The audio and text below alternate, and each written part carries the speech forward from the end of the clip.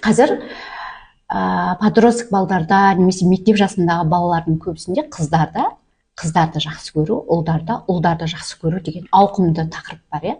Бұл ауқымды тақырыптың неше түрлі себептері болып жатады. Мысалға, алдыма соңғы келген қыздың оқиғасын айтып беретін болсам, ол өзінің әкесінің анасымен қарым-қатынасын байқайды.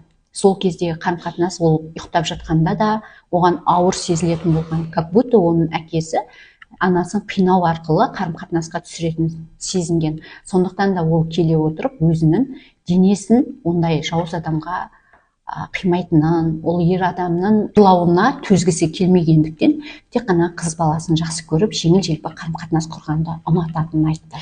Жалпы сіздер балаларды ойламаңыздар, ұйықтап жатыр, кішкентай, әлі ештеңе білмейді деп ойламаңыздар. Себебі бізде денелік память қатты жұмыс істейді. Сезімдер арқылы сезіне алады. Сіз оның қасында қандай еркекпен қарым-қатынас жасасаңыз да, ол балада ол сұрақ болып қалады. Және ол сұрағына жауап алу үшін үнемі өзін травмированный сезіне отырып, ер адамға деген қарым-қатынасын басқаша қалыптастыруы мүмкін. Сондықтан да өз балаларыңыз сіздердің жауапкершіліктеріңізде, сіздердің қарым-қатынастарыңыз олардың өмір сүруіне, өмірлік сценарийіне әсер ететінін ұмытпаңыздар.